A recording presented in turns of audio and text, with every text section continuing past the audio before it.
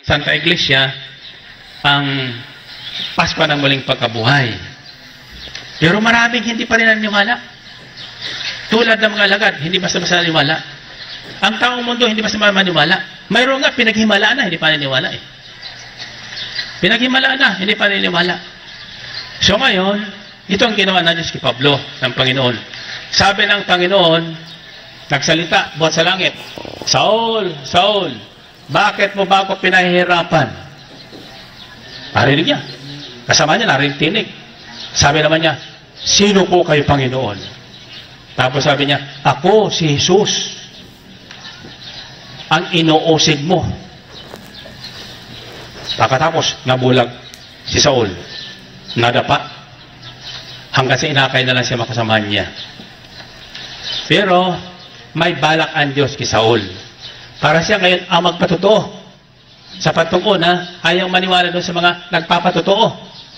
Noong una nga, sabi ng iba, o diyan sa El Sedal, ang dami nagpapatotoo dyan. Binabayaran ni Bilar yan eh. Binabayaran ni Bilar yan, magpapatotoo yan dyan eh.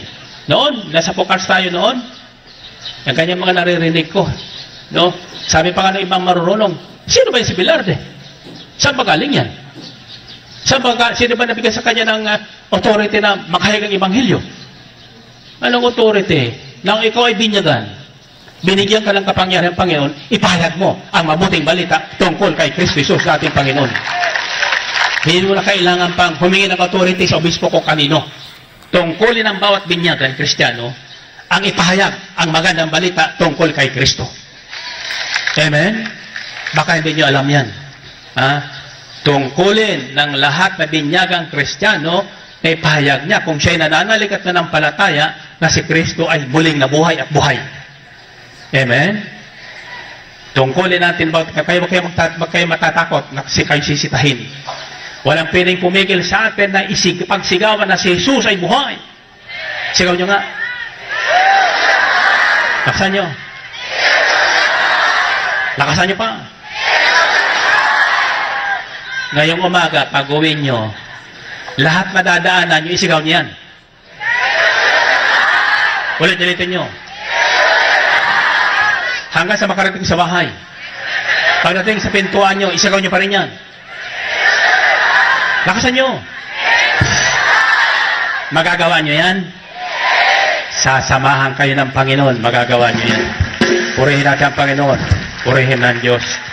Amen?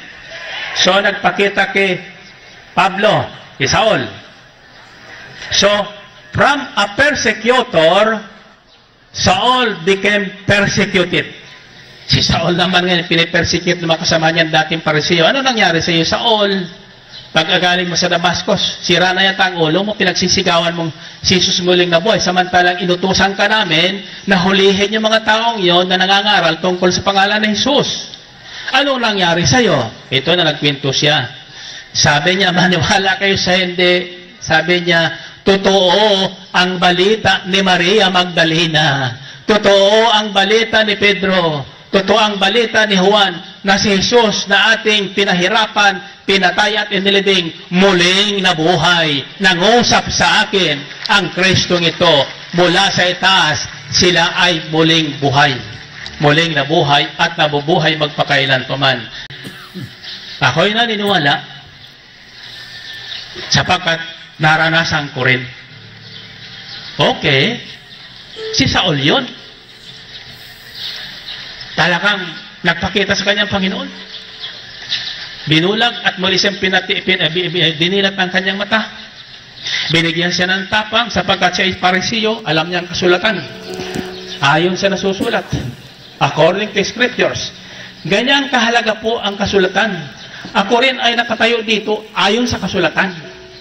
I stand before you and proclaim before the world that Jesus Christ is alive because it is written. Nasusulat. At si Jesus din, nang siya'y mangaral, laging sinasabi niya, nasusulat. It is written. Nasusulat sa mga aklat ng mga propita at sa batas ni Moses kung ano ang gagawin sa Mesiyas. Siya'y pahirapan, papatayin, ililibing, subalit pagdating ng ikatlong araw, muling mabubuhay. Muling mabubuhay. Subalit, yaong mga magagaling sa kasulatan at sa mga batas na mga Parisiyo at Iskriba, bulag sa kasulatan. Hindi nila nakikita ang katotohanan na naganap na sa kanilang harapan, sa kanilang kagitnaan, ang nasusulat na kanilang pinapahayag na ipinahayag ng mga propeta. Bakit? Walang pananampalataya. Pag wala tayong pananampalataya, bulag tayo sa katotohanan.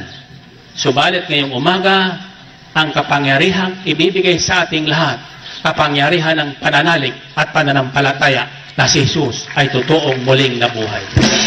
Purihin natin ang Panginoon.